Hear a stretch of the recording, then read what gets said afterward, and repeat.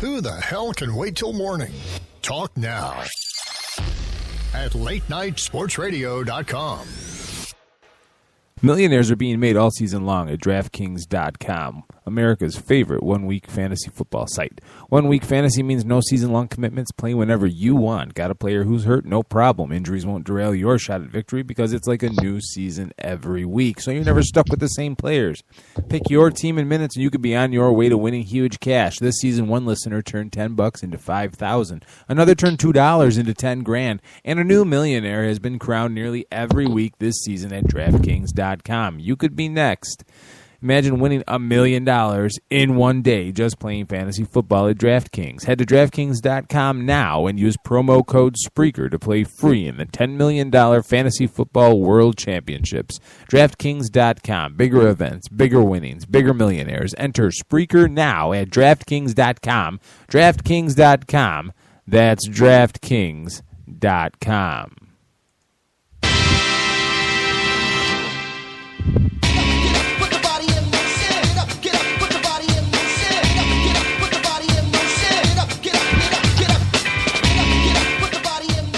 It's playoff time, kids, and it's also Wednesday night. So you know what that means? It's time for some fantasy football lineup advice with Jim Saranteas from thefantasygreek.com. It's thefantasygreek.com. Starts and sits in 60 minutes. Ladies and gentlemen, welcome to the program, and welcome, Jim. How are you today?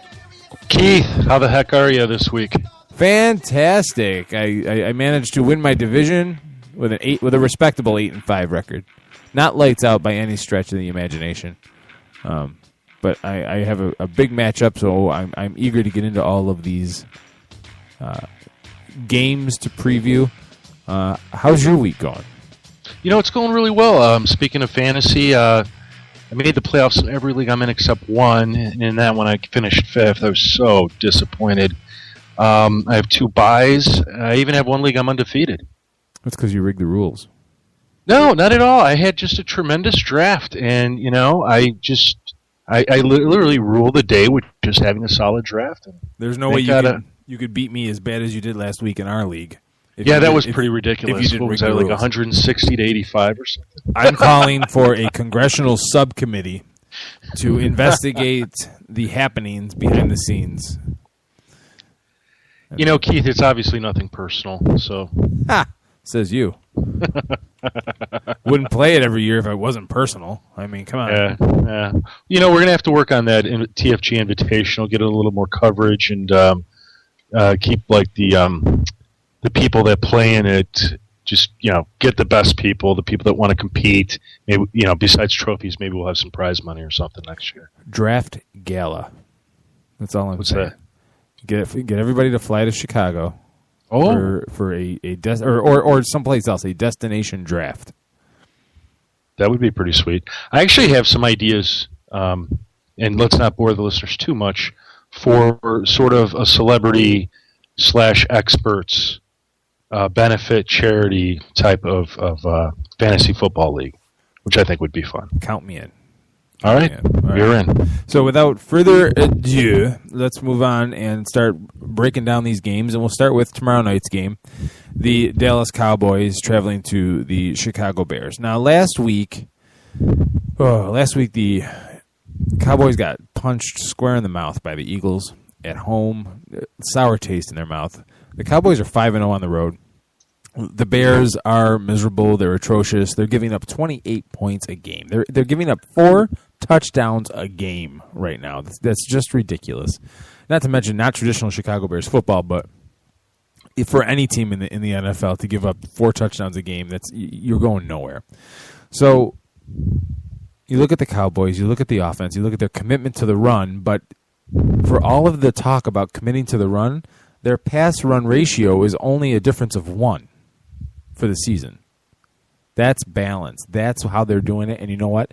While the Bears haven't played the run all that bad on defense, their passing defense, their coverage, their secondary is atrocious. And Tony Romo still has some guy named Des Bryant to throw the ball to. And you saw what Calvin Johnson did last week. I am picking the Dallas Cowboys on the road in this game. Keith, I like the Cowboys too. I think you've really hit it on the head with regards to sort of a factor weighing heavily in the Cowboys' favor, the number of TDs and the passing game that the Bears are allowing. It's difficult to overcome, and it's really hard to see them turning it around with just these last 4 games to go. For the Cowboys, they notably allow almost 1 rushing TD per game. If Mark Trestman is going to stop giving his comments that they run the football lip service and actually do it, I really like Matt Forte in this game. I think he's a top 5 running back overall for the week. You can look at Brandon Marshall as a top 12 play, especially with issues related to Alshon Jeffrey, whether or not he will play. I think if he plays, you obviously got to give him the go because he's been so opportunistic when Brandon Marshall hasn't produced. Then Martellus Bennett, he's a top 8 play in fantasy. Again, we have a season where it's very weak for tight ends, and he's been one of the ones that, even though you have a few games you may not have been happy with him, he's otherwise been pretty solid. For the Cowboys, you got to like a lot of the guys on that team. Tony Romo, a top 10 play. Des Bryant, a top 10 play. Terrence Williams is a wide receiver 3 this week because of all the issues the Bears are having in their secondary. And somebody I am very proud and very excited to say is a must-start this week, Jason Witten. Bears give up the most fantasy points to the tight end position to the tune of 11 fantasy points per game in standard scoring leagues. You get Jason Witten active. Cowboys should take it into Windy City. Back to you, Keith. I didn't know where you were going there for a second. All I heard was Cowboys should take it in, and I'm like, but hey, this is a family show. Wait, and kudos to you for keeping it that way. Absolutely. I would never say anything appalling like that. By the way, we need to congratulate the people that are out there listening, because if you're listening, you're in the fantasy playoffs. Yeah, you're not, or you have or like in my league, we have the toilet bowl actually mean something. Really? Yeah. How could the toilet bowl mean anything, even if you win it? We have a lottery for the first 6 picks, and the winner of the toilet bowl gets 5 extra ping pong balls. Oh, that's great. I think that's awesome. So, yeah, there is something to play for. Wow. Good for you. Hey, I'm good for something every now and then. Just every now and then, though.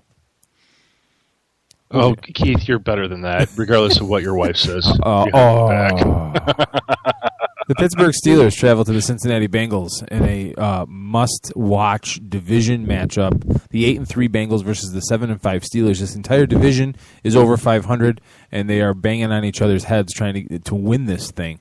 The Steelers just don't seem like they don't seem like they really care all that much about winning lately. They're up and down like an elevator. You never know what you're going to get. Le'Veon Bell has been a very nice story for the Steelers this year, both receiving and rushing the ball. The Cincinnati Bengals, equally inconsistent, equally head-scratching. For the first 3 or 4 weeks, I was ready to crown them. Then they hit their bye, and everything fell apart, and they've been up and down, inconsistent, blah, blah, blah. What are you going to say? They are the home team in this. I don't like the way the Steelers have been inconsistent on offense. The Bengals' defense is still decent. They're still averaging 20.6 points per game. I'm going to take the Bengals at home. It's hard not to. I mean, they've done enough in the last few games to sort of remind us all of who they were at the beginning of the season. And then with their recent play, they certainly appear like they've woken up. They've sort of waken up from the hibernation that has been putting a chokehold on the Bears this entire season. That having been said, I like the Bengals at home too. I like A.J. Green in this game. It matches up very well for him. He's going to be just a top go-to guy as you head into your fantasy football playoffs. Jeremy Hill should get back on track this week along with Gio Bernard. This is definitely a run-first team, and if you have these 2 players, you're looking at getting them in as an RB1 and an RB2 respectively. Get the Bengals defense started. They should feast this weekend at home. For the Steelers, look, I like Big Ben, but I think he's a tough play. When I look at him, I see him more as a low QB1. You might have to start him in some leagues depending who your first option is, but he's just, you're not jumping up and down happy about it. Antonio Bryant, he's a much start as usual. And then you mentioned him, the man himself, Le'Veon Bell. I just did a starts and sits bit, and I had to mention this matchup for Le'Veon Bell. This is a team that is giving up 125 rushing yards per game and 13 TDs to date. That means he should be guaranteed at least 1 TD. Plus, he'll be involved in the passing game. I have him on several of my teams, and that's part of the reason why I'm in the playoffs. Oh, la-dee-da. Go Bengals. Go Bengals. The St. Louis Rams travel to the Washington Redskins. The Colt McCoy Washington Redskins, nonetheless. And despite that nifty play last week against the Colts where McCoy dodged 3 defenders and still managed to throw a touchdown pass, the Rams are a sneaky 5-7. And like I said on Monday Night Show, what the Rams are doing right now is they're playing well enough to get us to like them to do great things next season, and where they'll lose their first 12 games and Jeff Fisher will get fired. But in this game on the road, gosh, I have a hard time picking the Rams. I think the Redskins are a good defensive team. They don't show it when you look at the stats and how many points they give up and everything like that. They're at home, but there's something about the way the Rams are playing of late, the last 3 or 4 weeks, gutsy, tough, getting things done. Even when they haven't won recently, they've still been playing tight, playing well. I'm going to pick the Rams in this game. Yeah, this is just one of the teams that right now nobody in their right mind is going to want to play them as they head into the stretch run here at the end of the season, especially if you're a playoff contender. They suddenly just look like a different team with Chris Long. They're defensively, and they're surging. As far as the game is concerned, hang on, I'm sorry. I'm looking for my notes. Oh, there they are. Rams versus Redskins. It's an ugly-looking game. I don't know if what we're going to get out of this is, 2 high-scoring teams, or if we're going to get teams just battling out and gutting it out, and somebody wins 17-14. Obviously, if you have the Rams defense, you start him this week against a turnover-prone Colt McCoy. Trey Mason is a low RB2. He's going to have a rough go of it against a Rams team giving up 111 yards rushing per game and just 10 TDs on the season. Stedman Bailey, if you have him, I suppose he's a flex option. I'm not really high on him because I could see the offense swinging back to Kenny Britt, but I guess we'll see about that.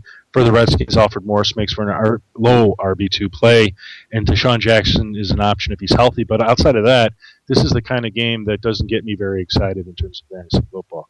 But I'll take the Rams on the road. Hope for the best.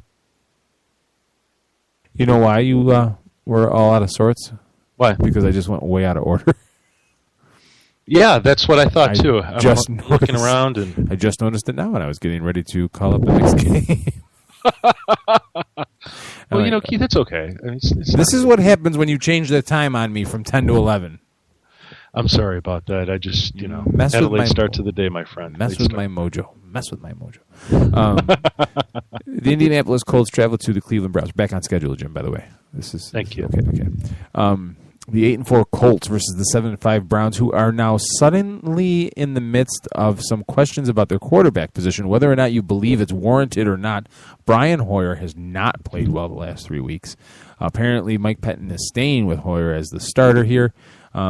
And I thought for sure there was no way that they were going to ride Hoyer again another week. And on Monday night, I picked the Browns, but I'm not going to change that pick. So I will still pick Cleveland, but I unless Hoyer plays his butt off, for lack of a better term, I don't see a way realistically that the Colts can win this game. I thought Johnny Manziel would bring an air of energy, a little spark to a Browns team that has been quite mundane the last couple of weeks. The Colts are just they're all Andrew Luck all day, all night. He's that good. You can make a very significant argument for him being the MVP of the league. I don't know whether he'll win or not, but you can make a very significant argument for him on the road. I'm still picking Cleveland, but I'm totally anticipating losing this game. I think it's hard to pick against the number one scoring offense in the league, and that's the Colts. And I'm going to take the Colts on the road in Cleveland. I will say it will be a tough game for the Colts to win. In terms of scoring, the Browns have only given up 25 TDs on the season, whereas the Colts have given up 33. But, Andrew Luck has been one of the most resilient players in this league. He's won against better teams than the Browns. And while I think it'll be a tough game on the road, he should find a way to carry the team as he usually has. But from a fantasy perspective, that's why you like him. And that's why you like T.Y. Hilton. And that's why you should like Dan Heron this week. He should be a solid to low-end RB2 against a Browns team that's given up 133 large on the ground and can give up a rushing touchdown from time to time.